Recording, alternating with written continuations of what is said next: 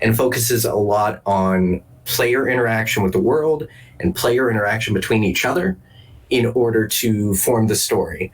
And the aspect of it being a conversation in between the story keeper, the one running the game, and the players is the back and forth conversation style you would get from both. Does that help with the basic approach? I know that sounds so weird to have Cortex Plus and Apocalypse World together, but they actually work way better together than you would think. So why that as an influence, or is it just you started working on an idea and then realized that those two were kind of sort of a basis behind things? So this is technically the third version of Virtuemancy. Originally, I made one that was Storyteller Light, because it was originally based on some ideas I'd experimented with in an Exalted Second Edition campaign, like way, way back in the day. Then I actually took those same rules and said, okay, maybe I don't want to do Storyteller. Why don't I do Cortex Plus? I love leverage. So I completely converted the system over for a different contest that required making an adventure supplement that didn't have any text in it at all. And then after that, I was introduced to Powered by the Apocalypse games. And at some point I decided, what if I just combine the two? I love the idea of the conversation approach. I love the idea of the approach to how players interact with the fiction in Apocalypse World. And I love the scalability and the way you can mess with the fiction in Cortex Plus. How could I potentially combine them? So it became a hack of both together, along with a few other things in there too. I just started looking for things that looked interesting and seeing if I could modify it and tweak it and put it in some way. And at a certain point, enough small hacks kind of combined to become something completely different. So to answer your question, it ended up here. It wasn't what I thought it was going to be, but what is. Are you worried about any backlash associating this with Apocalypse World due to how AK has acted in the past and the negative attention that he has garnered? So I'm not too concerned, partially because originally before that situation happened, I originally was citing Dungeon World as an influence. I changed that because I wanted to distance myself from that particular actor. And a lot of the stuff that was influenced from Dungeon World really was influenced from Apocalypse World itself. Okay. In terms of worrying about it, I think there are plenty of Powered by the Apocalypse creators who aren't a bad actor. and there's plenty of life still left in that particular facet of game design. So I'm not too worried about it now. I've spoken out about bad actors like that in the past, not just AK. I've also talked about we'll call it Abyssal Gate, if you're familiar with that. I actually, for an assignment in college, I wrote an article that for the longest time was the most searched and read article about Abyssal Gate on the internet. So I'm not too worried. If anyone has any questions about whether or not his work is an influence of mine, I've read it in the past, and I'm not interested in the person as he is.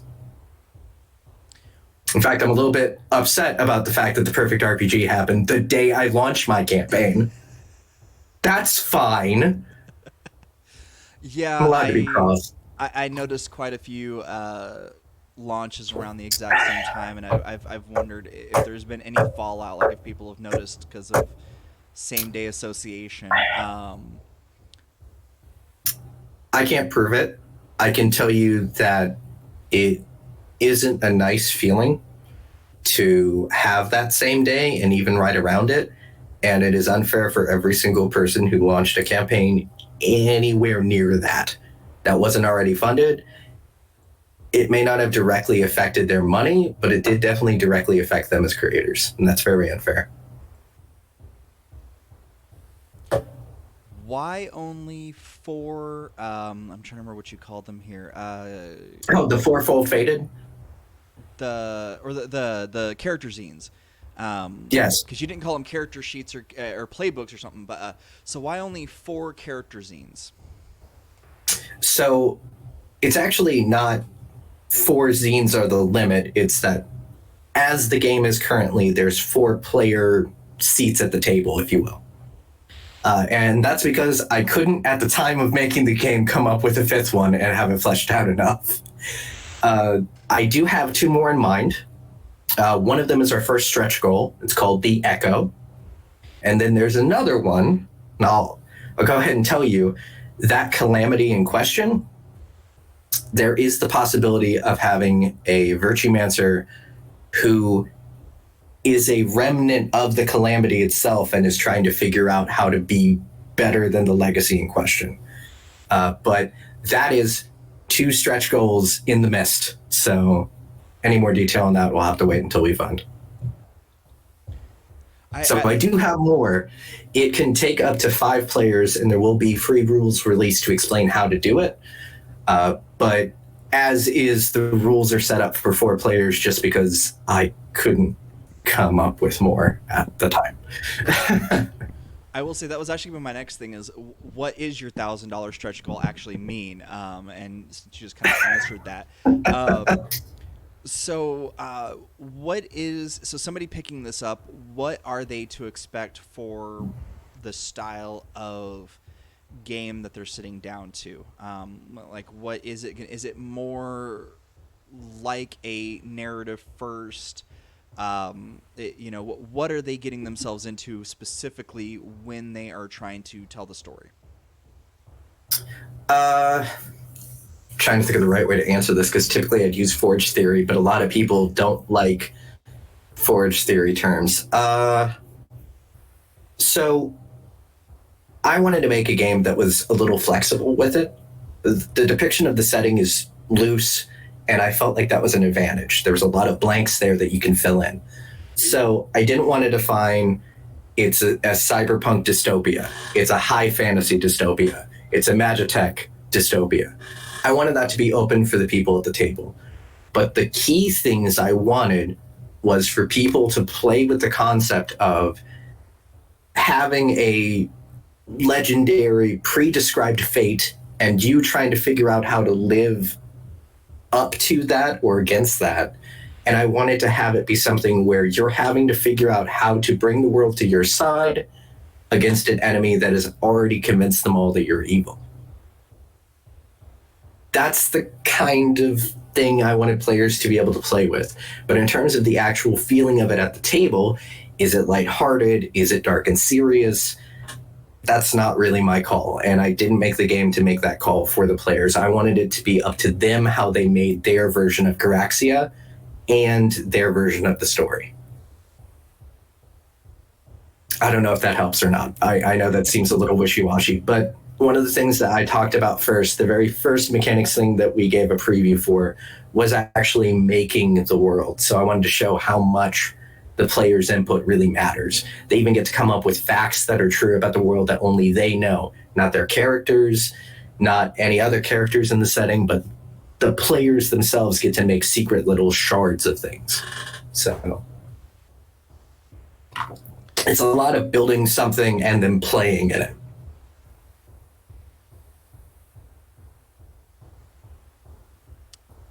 I've now lost it. I had something else and I can't find it now.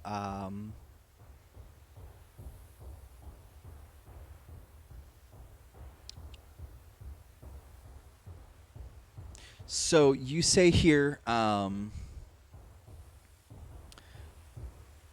need to check spell books, memorize rituals, or have one of your parents meet a mystical being over speed dating. Yes. It's still not a huge definition. So how exactly does the magic work? I know you said a dice pool.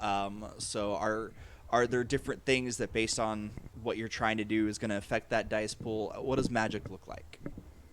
Well, tell me this. Can you give me just a quick one sentence description on a truth you think about the world around you.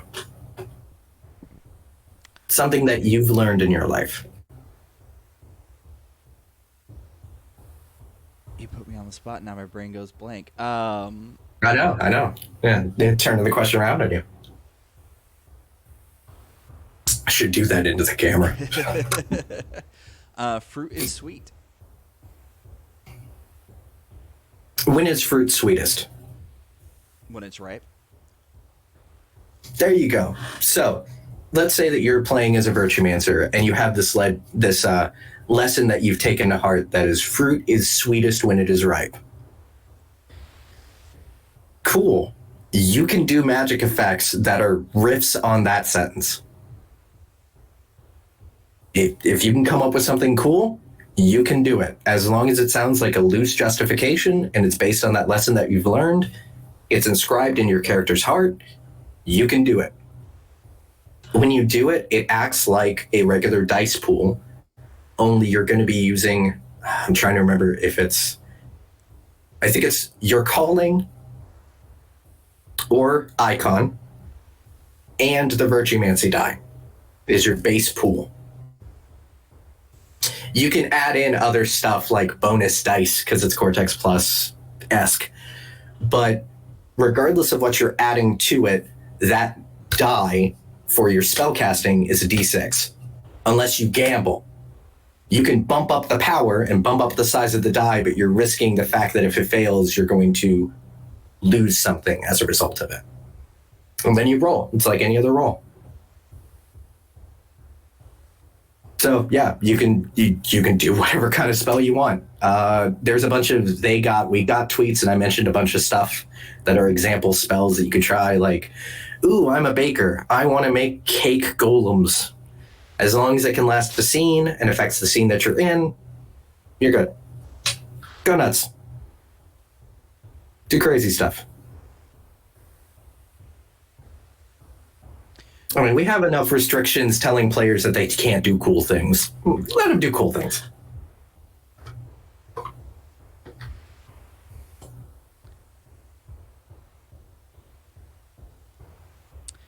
Yes, Nine. I would say that is definitely kind of the appeal of some RPGs is to gamble responsibly. But yes. I don't think we get to actually... I don't feel that we get to gamble enough in a way where it's going to change the outcome enough. So it is kind of nice to kind of have that feel where, you know, if you gamble a little bit, then, you know, your magic could be more powerful. It is also possible to have what's called a paradox, which is a magic effect that lasts longer than a scene and can affect more than just the area you're in. Naturally, they go against the one rule about magic. So, I mean, if it's going to be big and showy, it's got to have a cool name. So you also mentioned here a pre-planned adventure. Is that something that you can talk about just yet, or is that something you're holding on to? So I'll go ahead and tell you that is actually the adventure in question from the second version of the rules. I can tell you that it's called the Babel Incident, and it does involve something of the previous calamity or a result of the calamity being an enemy you have to fight, and there's a cool twist of mechanics involved, but that's really it. I do want to emphasize any of the extra content attached to stretch goals are being released to backers for free. They are pieces of content that would be released eventually, but the idea is by having these copies funded, so I can actually get them in people's hands and get a little bit of a stock for myself, I can make it earlier because there's less stress on me, so I can actually create. So nothing here in terms of that stuff is exclusive. The only exclusive attached to the campaign is a commentary version of the first edition of Virtuemancy as just a nice little thank you bonus. And that's regardless of whether we fund or not, all the people who backed get a copy. Why did you decide to go with sustainable materials for your zine? So a large part of that is because when I was doing the original playtest with the original released version of the game, instead of character sheets, we were using character journals, and that's been transferred into character zines. It's part of the reason why I didn't call them like, there's 4 different character zines. Character zines are blank, with the exception of the fact that we're going to be releasing a template. All zines are blank until you put stuff in them. And so a large part of that is I didn't want to waste paper because with the character journal version originally, we were using composition notebooks and there was tons of space left over and I felt super bad. So a part of the reason for using sustainable stuff is we don't need that much. You get the one book and you can make as many different versions of the setting, of the problems, of the characters as you want. And you can share them around as much as you like. And with the zines, I wanted to make it so that you could use whatever paper you have around, gather it together, throw a cover on it, use a stapler, you're done. You don't have to print a whole new one. You need extra space, take out the staples, add more paper, staple it shut again. You're good to go.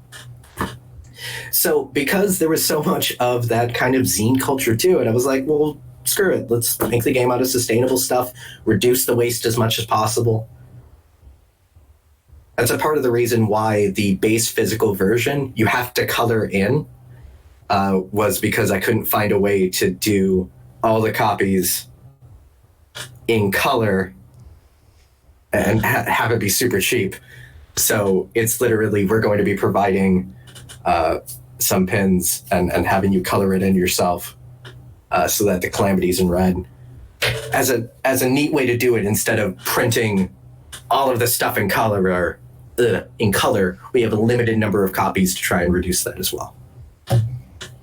And something that I did not scroll far enough down to read before, you said you're also going to be using sustainable cutlery and dining ware. Yes. Are you getting the chickpea spoons? The edible chickpea No, spoons? I'm gonna be using metal ones that I can put in the dishwasher, and that's specifically when we start fulfillment to when I send the last package out the door. So I'm estimating a month and a half. So there's an occasion where I'll like go out and grab a drink in a plastic cup that I'll use for a week, trying to reduce my waste. But for that period of time, there is none of that. I am eating at home, sold it. They said other, and I went, well, I mean, come on, I got to put something. It's not like I can magically say my project is a project that Kickstarter loves, so I got to find some way to get decent in the algorithm and help the earth. Make Ted Turner proud. So folks that are looking at this from the perspective of, this is the 3rd zine quest, have you participated in any of the previous zine quests? I wanted to participate in 2, but I was incredibly nervous. I want to let you know that nervousness has not disappeared, and I'm still incredibly nervous, so clearly nothing has changed. Originally, I was thinking last year, before the pandemic started, when Zine Quest was going on, of releasing a system-agnostic setting book of nothing but weird deities. So we're talking about not like everyone does like the, oh man, look, my deity of justice, woo, deity of the dead. Well, I was going like, all right, so we got Nowlock, the deity of fate which you make for yourself. If anyone tries to stop someone from being able to choose the direction they want to go in life, they are sacrilege to him, and he has one champion who had that happen in his life, who has been brought back to life as a righteous dead skeleton to spread his word. And that was like the bulk of stuff I wrote. And then the idea was going to be I was going to do 9 of them together, all of which are various gods that are over things you wouldn't expect. Like I had one who was specifically, I guess, the god of being a neighbor, and it was a riff on Mr. Rogers, about how Mr. Rogers won a bet with the God of War, and the God of War actually became like his mentee in a way, and they went to go like kill the overall god for putting him in that position. It was a cool idea, but I never had the time to like fully throw it together because I was working at the time, and I just let it go. And that was the first Zine Quest. I was aware Zine Quest was the thing. So, you know, there you go. So Kickstarters are scary. God. This is why I'm just doing everything as ash cans on itch.io for now. It is scary.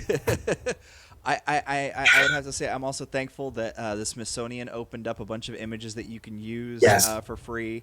And there's all those websites that let you use all kinds of art for free, because I'm going to be honest, like, if it wasn't for those, I don't think that I would have actually published a game yet. Pixabay is the only way I've gotten art for any game. It is a godsend. Also, quick tip. Hey, do you know how I made that spray painted looking logo? It's going to blow your mind. Are you ready? Go ahead. Make the drawing. Select all of the drawing. Invert the selection. Grab the paint tool and paint over it. That's it. It makes a stencil. You can make anything into a stencil. It's so easy. I stumbled on it like 2 years ago, and it is super useful. So yeah, it's incredibly easy. I didn't understand how easy it would be until I tried it. And I think the brush I used Photoshop at the time, and they had like a leaf brush. So it's just a bunch of leaves.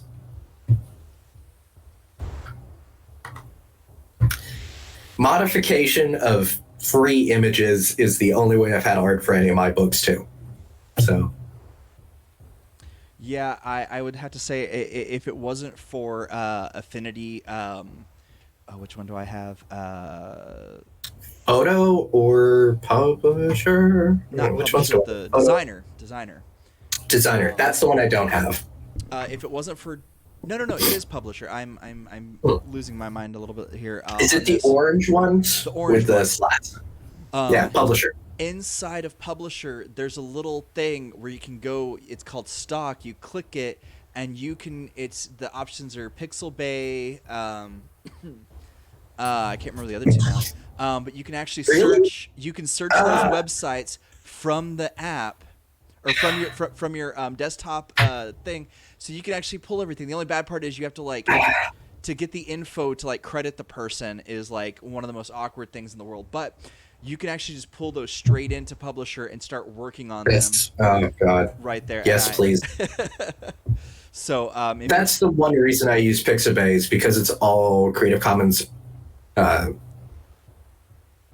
public domain. That's the words I'm looking for.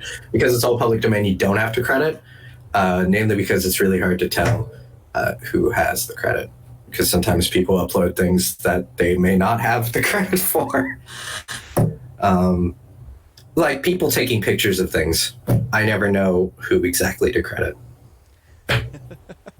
I always just I credit the photographer who's listed, and I put that on there. That makes sense. And I mean, literally, the latest one that I did is just 2 pictures of fast food like squished together, and I just like I put those people's names and like what they called their images in there, and I was like, I'm giving them credit because if somebody else decides they like this image, they can go and grab it, and I'm not makes even sense. sure.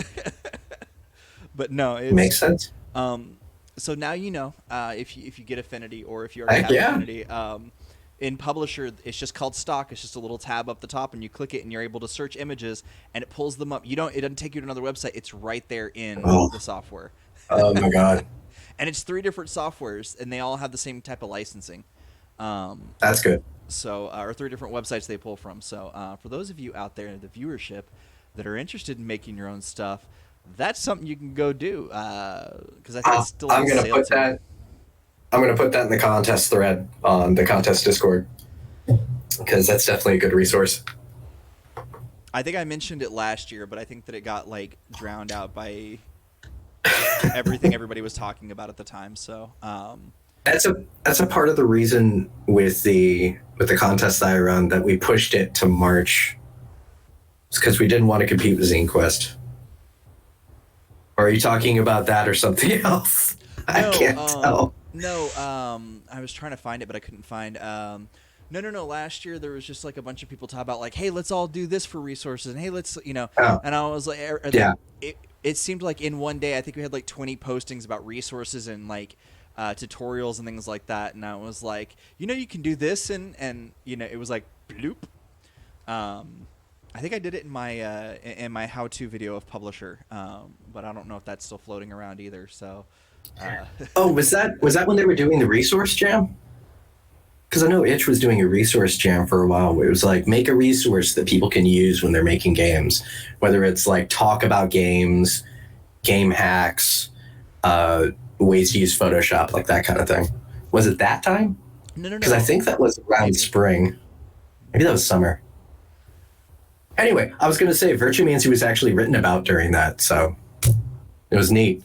I got praised for having a crunchy game that hit on hard topics because the person who was analyzing the game labeled it as a criticism of fandom in the tabletop role-playing space in gatekeeping. I mean, some of the names on here. I mean, honestly, some of these names, I was kind of like, this reminds me.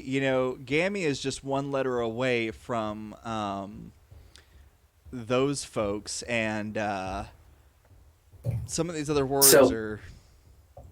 I will go ahead and tell you. The intent was to suggest the idea in the rules that the world may not actually be called Garaxia, but Gammy has decided that the world post the calamity should be called Garaxia instead of, I don't know, Arneson or something.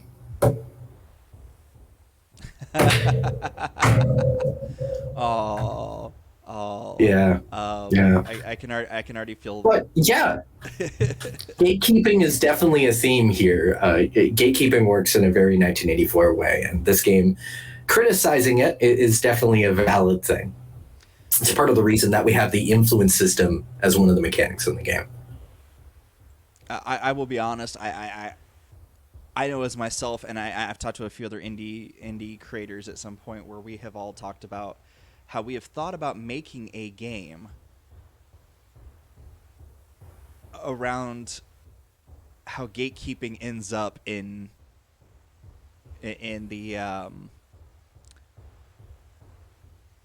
RPG scene, and it just sometimes feels so much like I just want to make a game where you just like beat up gatekeepers, and like that is the enemy, is like different gates that you have to get through, and you get to the ultimate gate and it's just some dude sitting on a throne, but like he doesn't actually know how to get off the throne to do anything, and he's just screaming at you from across the room, and you can just like go up and I have thought about that, and I always think about that every I thought about that for Zine Quest 2, I thought about it for Zine Quest 3, maybe for Zine Quest 4 I may end up making a game where all it is you beat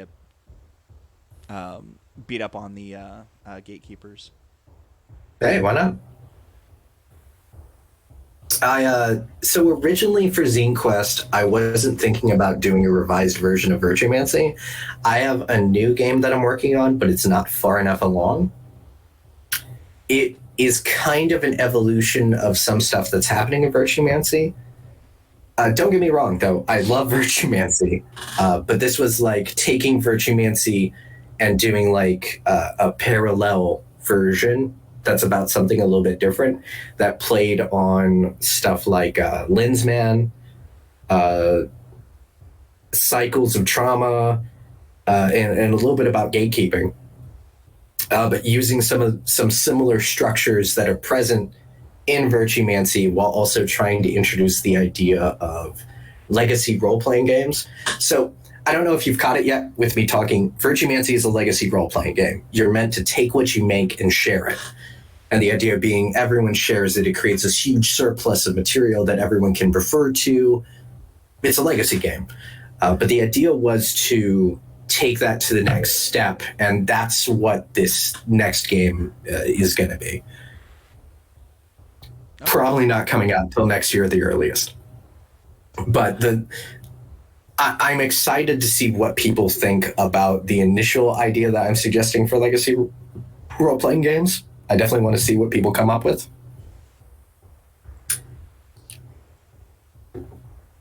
I don't know. Am I talking gibberish? I can't tell. No. I prefer it when people geek out about their own stuff. I think that people love that more too. Or maybe it's just I love hearing people geek out about their own stuff. Okay.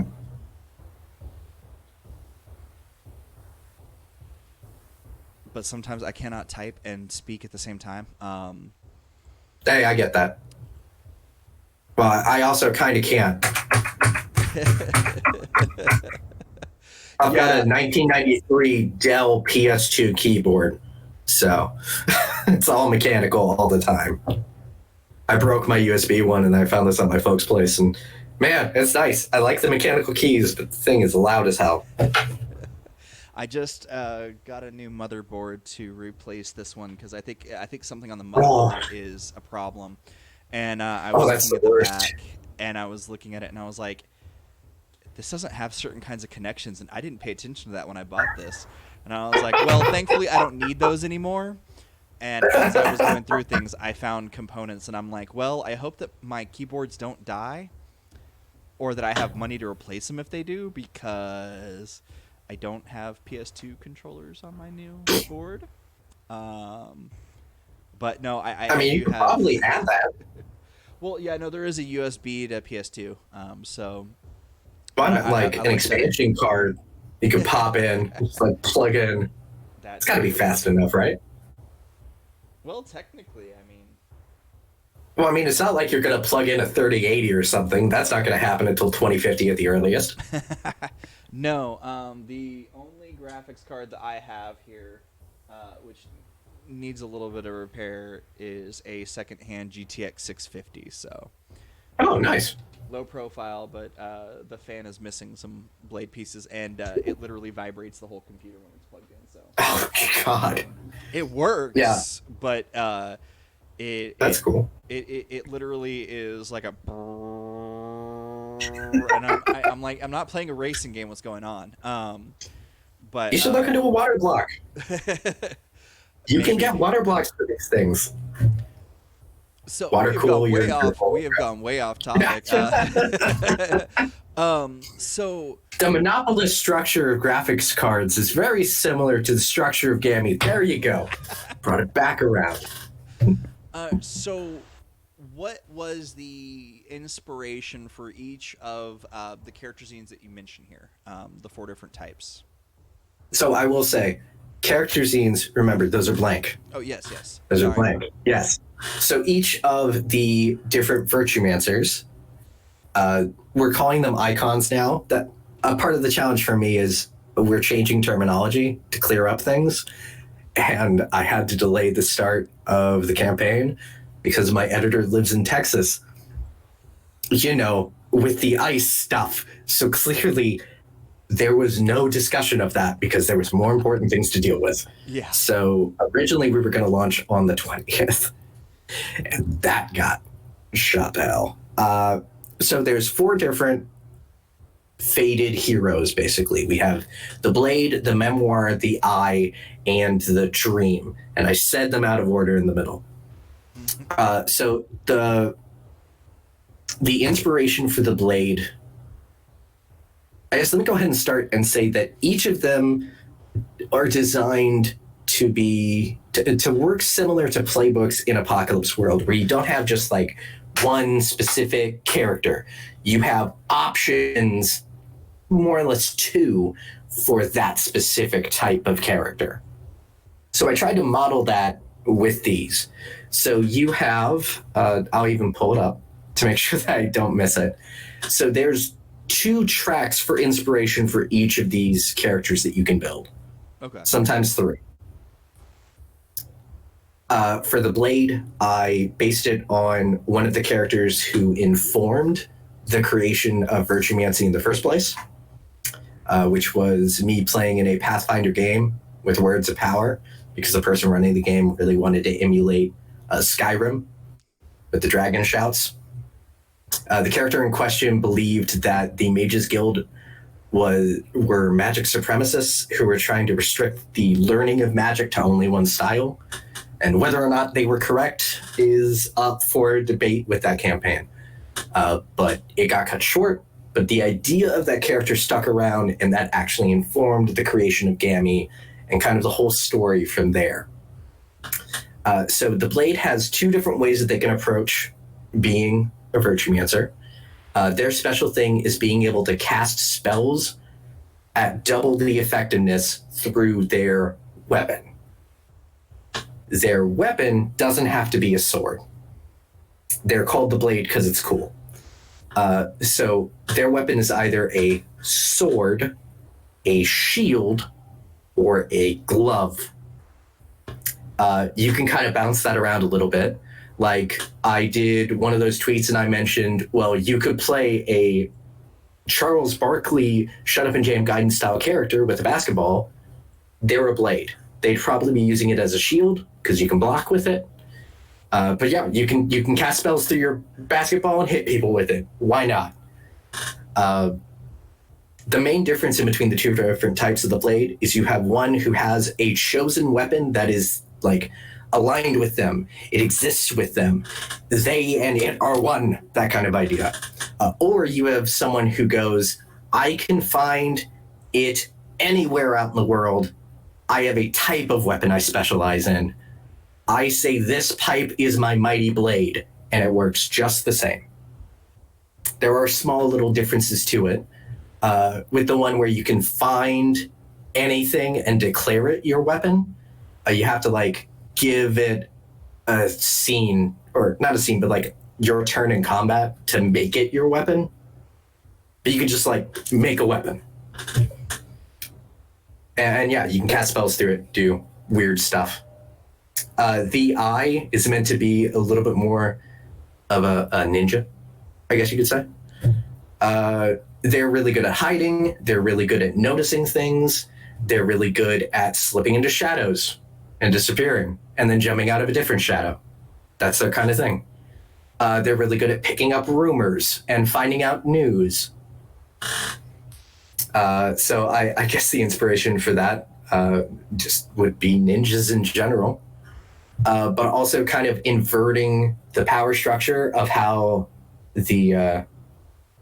how Gammy itself is spying on people. Well, it's the people spying on Gammy instead. Just flipping it. Oh, right. And they can steal stuff from people in combat. I forgot about that one. It's one of my favorite ones. The memoir is either magical MacGyver or magical light Megami, but not evil. They're great at creating a plan out of things. They also can pull the Joseph with an F Joe star of the next thing you're going to say is, and actually allow people to basically allow them to predict what someone else is going to say, and it affects how the game plays. If it's a party member, it's good. If it's an enemy, it's bad. That kind of thing. And then there's the dream.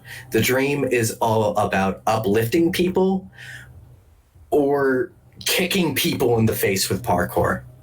They literally have an option that says they can perform parkour as easily as most people walk, meaning that they can parkour. There is no check unless it's parkouring against someone else. You can just walk on walls and there is no check. So those are our four.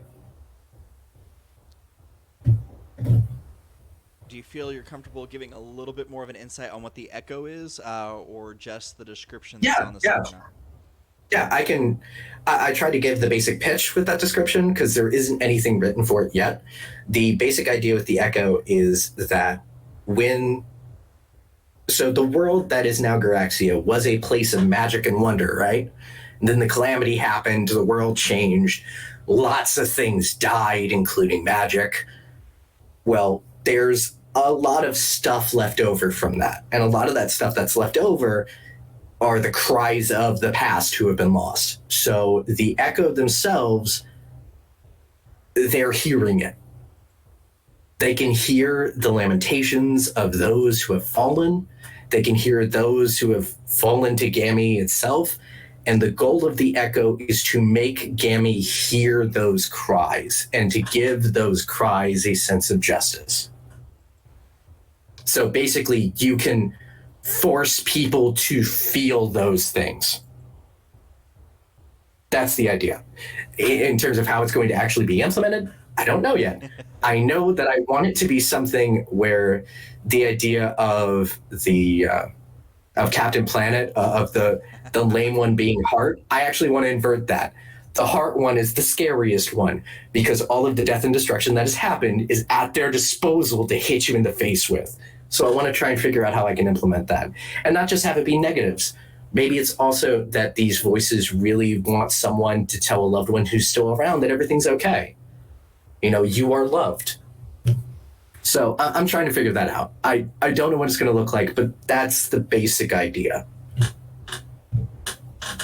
And then the other one I was hinting at is kind of a companion to that, where it's about something that happened that didn't necessarily have a say in being created is trying to find a way to exist without being just a cancer.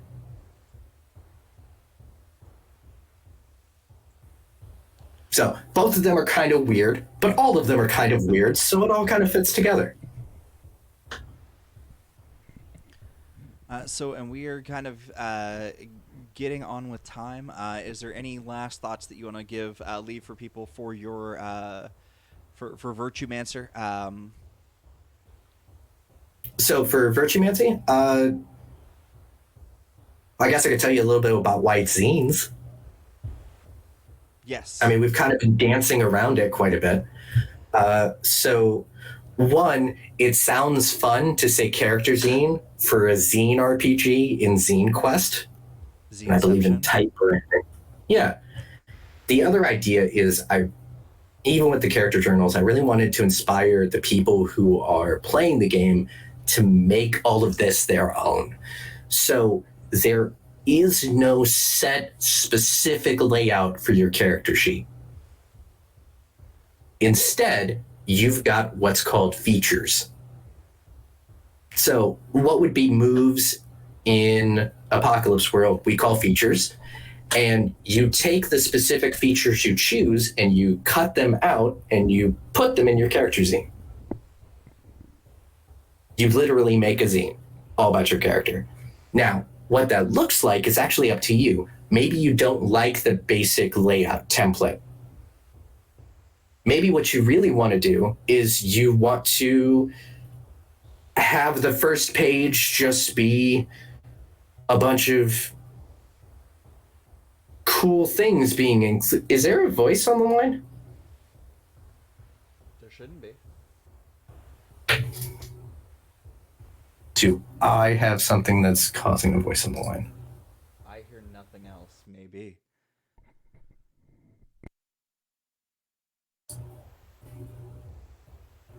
Weird.